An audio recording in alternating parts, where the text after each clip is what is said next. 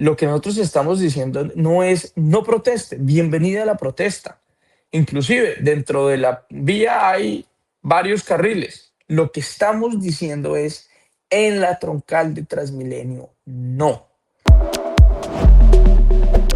Un saludo muy especial para toda nuestra audiencia de quienique.com. Hoy me encuentro acá con el concejal Juan David Quintero, concejal de Bogotá. Muchas gracias por estar acá. Un saludo muy especial para ti, Luz Gabriela, y toda la gente de Quién y Qué. Gracias por la invitación. Y el tema que nos convoca hoy es que usted está impulsando un proyecto de acuerdo que se llama No Más Bloqueos. Este proyecto buscaría que el servicio de Transmilenio y bueno, de transporte público en general se convierta en un servicio esencial. Esto ante el inminente riesgo de protestas y de bloqueos. Concejal, ¿por qué decidió impulsar este proyecto en este momento?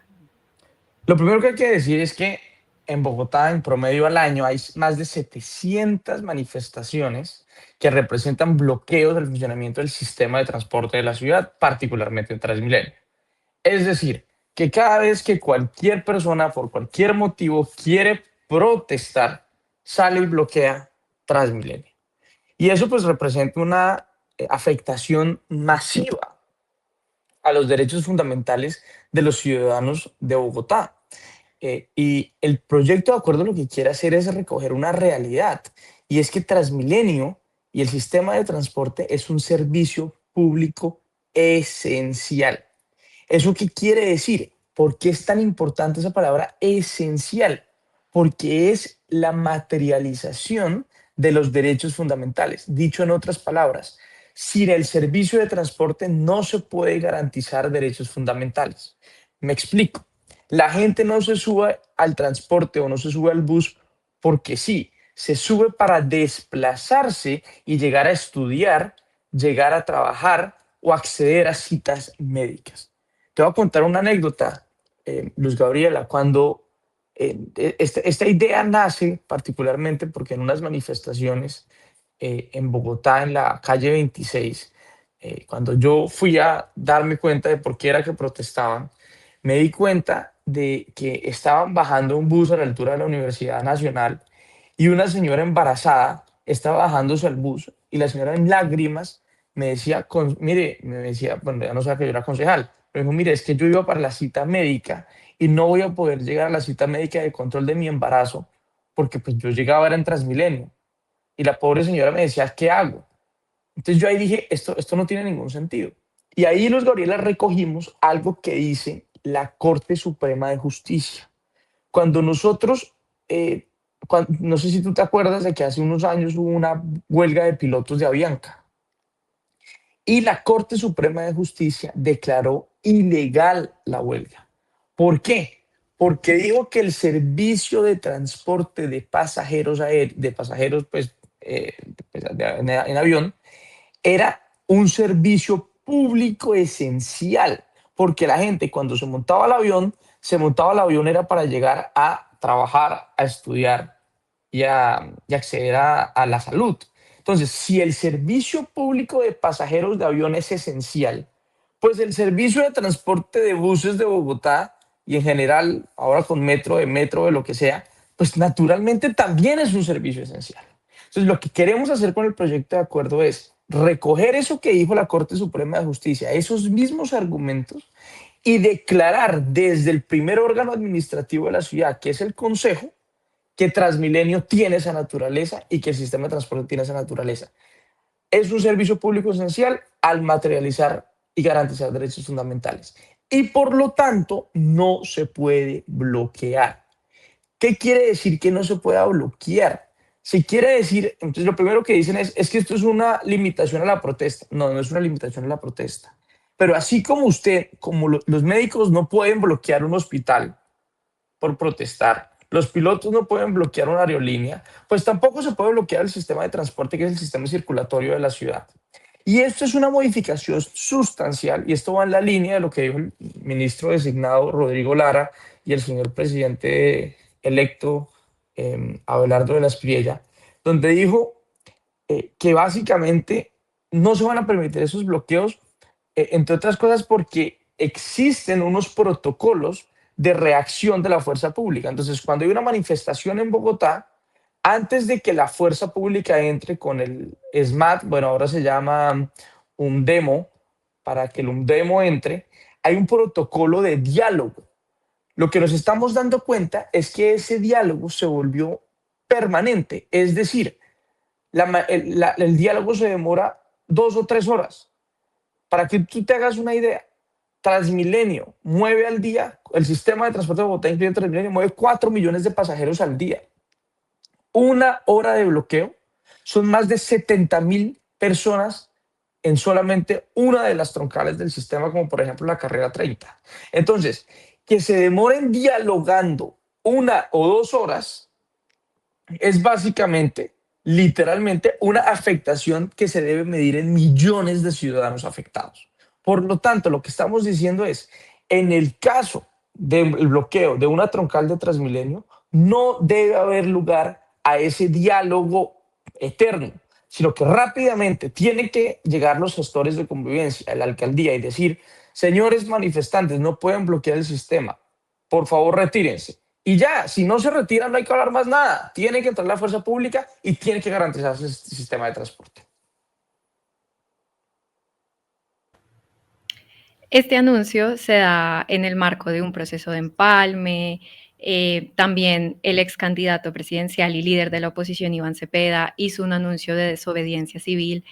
¿Este acuerdo, esta iniciativa, tiene algo que ver con ese anuncio? Realmente no, realmente nosotros lo estamos moviendo, estamos en esto desde ya más de un año, impulsando este proyecto de acuerdo.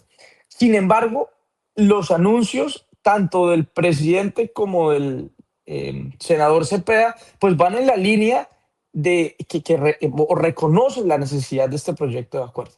Porque el presidente, digamos, de la Espriella, el presidente electo, lo que está diciendo es cierto. Aquí hay unos grupos de todas las orillas, en primera línea, estudiantes, de todas, bueno, estudiantes no, personas que se hacen pasar por estudiantes, que utilizan Transmilenio para llamar la atención y bloquear y afectar masivamente los derechos de los ciudadanos. Inclusive, a comienzos de este año, yo también hice otra denuncia junto a mi equipo de trabajo, donde denunciamos que hay un plan sistemático y organizado para generar un nuevo estallido social. Y obviamente el caballito de batalla es Transmilenio. Entonces, esto más o menos es la misma línea, es el mismo teatro, es la misma discusión y simplemente lo que estamos viendo son hechos distintos. No se sorprendan si en unos meses o en unos días ya empezamos a ver que, amparados en la desobediencia civil a la que llama el senador Cepeda, empiecen ya a vandalizar, a quemar y a bloquear Transmilenio. Eso, por esa misma razón, nuestro proyecto de acuerdo tiene que ser aprobado. Este proyecto seguramente va a generar mucho debate, como usted lo comentaba. Seguramente hay sectores que van a decir que este proyecto busca limitar el derecho a la protesta. Y pues el derecho a la protesta está amparado en la Constitución. ¿Qué contempla este proyecto? ¿Qué medidas se contemplan para poder diferenciar lo que es una protesta pacífica y que debería ser garantizada y una protesta que en efecto está afectando los derechos de los ciudadanos? Pues precisamente lo que tú estás diciendo, Luz Gabriela. La protesta es un derecho fundamental que existe en todas las democracias y que nosotros defendemos. Pero uno no puede ver la Constitución solamente con lo que le conviene. El derecho fundamental a la protesta tiene que interpretarse y tiene que garantizarse en armonía con el resto de derechos fundamentales. Tú, por el derecho a la protesta, no puedes afectar masivamente los derechos fundamentales de terceros. Es decir, tú, por bloqueando una troncal de Transmilenio, lo que estás generando es, además de materializar tu derecho a la protesta, estás afectando masivamente los derechos fundamentales de la gente que va a estudiar, a trabajar y a acceder al servicio de salud. Te pongo el caso de la señora embarazada. Entonces, lo que nosotros estamos diciendo no es no proteste, bienvenida a la protesta. Inclusive dentro de la vía hay varios carriles. Lo que estamos diciendo es en la troncal de Transmilenio, no. ¿Por qué no? porque es donde más se moviliza gente. Y esa gente que se mueve en Transmilenio no tiene ninguna alternativa distinta a movilizarse. Es decir, que la protesta ya no es protesta, sino es un ataque sistemático a los derechos fundamentales de la mayoría. Y como Colombia, antes que nada, es un Estado social de derecho donde el bien general prima sobre el particular, los sistemas masivos de transporte como Transmilenio deben protegerse. Perfecto. Creo que ya me queda un poco más claro. Entonces, lo que busca este proyecto es que las personas no puedan manifestarse específicamente por donde pasa el transporte público. Según entendí, lo podrían hacer en otros caminos, calles, donde no pase el transporte público. ¿Esto es correcto? Exactamente. Pueden hacer, la protesta está, digamos, es bienvenida, es deseable en una democracia. Lo que no podemos permitir es que se haga sobre los espacios fundamentales para el, el transporte masivo. Y ojo con esto, porque también están diciendo que es que nosotros vamos a prohibir la protesta. No, la protesta no se prohíbe. Lo que se hace es que al garantizar, o al declarar el servicio de transporte como un servicio público esencial, cosa que allá es, solo lo vamos a reconocer, digamos, por escrito, se le pone seriedad a esa etapa de diálogo. Porque ¿qué es lo que pasa hoy? Antes de que la fuerza pública entre, viene una etapa de diálogo. Y esa etapa de diálogo se demora 3, 4 horas. 3, 4 horas de suspensión del sistema de transporte representa una afectación de 6 o 7 horas. Porque acuérdense que los sistemas de transporte son como unas tuberías. Si tú taponas una tubería acá, estás bloqueando todo el resto del sistema. Y mientras tú normalizas todo el resto del sistema, pues obviamente eso toma un tiempo. Entonces, 1 hora de bloqueo realmente representa 4 o 5 de afectación del sistema. Entonces, lo que estamos poniéndole seriedad a este tema para defender, nuevamente lo digo, el interés general, que es fundamental en una democracia. Me llama la atención precisamente esto que comenta de eliminar entonces ese paso del diálogo previo, porque puede ser No, no, muy... no, no, no, no eliminar. Lo que estamos diciendo es darle razonabilidad y temporalidad. Es decir, si tú estás bloqueando, por ejemplo, la troncal de la 30, donde se mueven 70, más de 70.000, creo que son 72.000 pasajeros hora sentido. Es decir, en 1 hora, en un solo sentido, se mueven 70.000 personas. Si tú bloqueas 1 hora, esa troncal, vas a afectar a 70.000 pasajeros solo en ese pedacito. Lo que nosotros estamos diciendo es, vea, llegan los gestores dialogan. Señores, señora Luz Gabriela, usted que está protestando y está bloqueando Transmilenio, por favor hágase un lado. No puede bloquear el sistema masivo de transporte porque está afectando los derechos fundamentales de la mayoría. Y tú dices no, porque tu interés no es dialogar, sino es bloquear, pues no tiene ningún sentido que los gestores se queden ahí 3 horas tratando de convencerte de lo que no te van a convencer. Entonces ahí, en ese momento, una vez la etapa de diálogo se acabe, que es cosa que debe durar minutos, inmediatamente entra la fuerza pública. No como pasa ahora, que dura 3 o 4 horas. De acuerdo con eso, entonces ese proceso sería más corto. Exactamente. Eh, Luego entraría la fuerza pública, que en este caso pues es una unidad especial que se encarga de manejar los disturbios.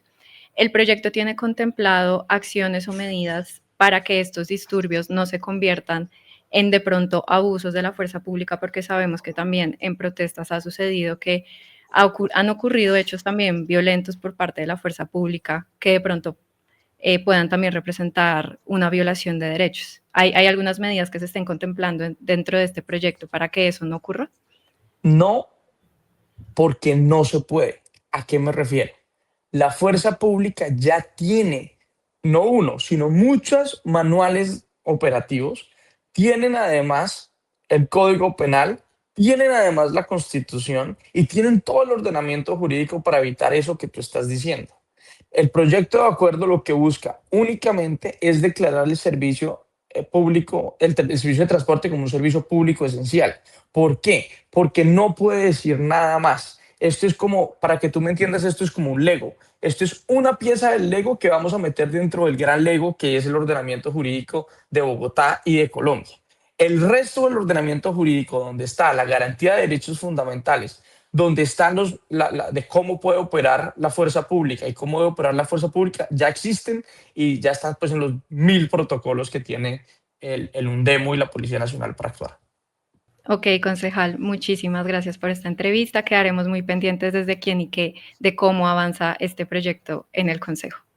Muchísimas gracias, Luis Gabriela. Nuevamente lo digo, esto no está buscando limitar el derecho a la protesta, eso lo que está buscando es proteger el derecho de la mayoría de gente que no tiene una alternativa distinta para moverse en Bogotá que el sistema masivo de transporte, que en este caso es Transmilenio. Si existiera otra alternativa para moverse, la discusión sería distinta. Pero cuando una señora embarazada no puede llegar a la cita de control de su hijo porque hay unos 15 o 20 personas bloqueando una troncal de Transmilenio, la respuesta debe ser única y es el restablecimiento del orden.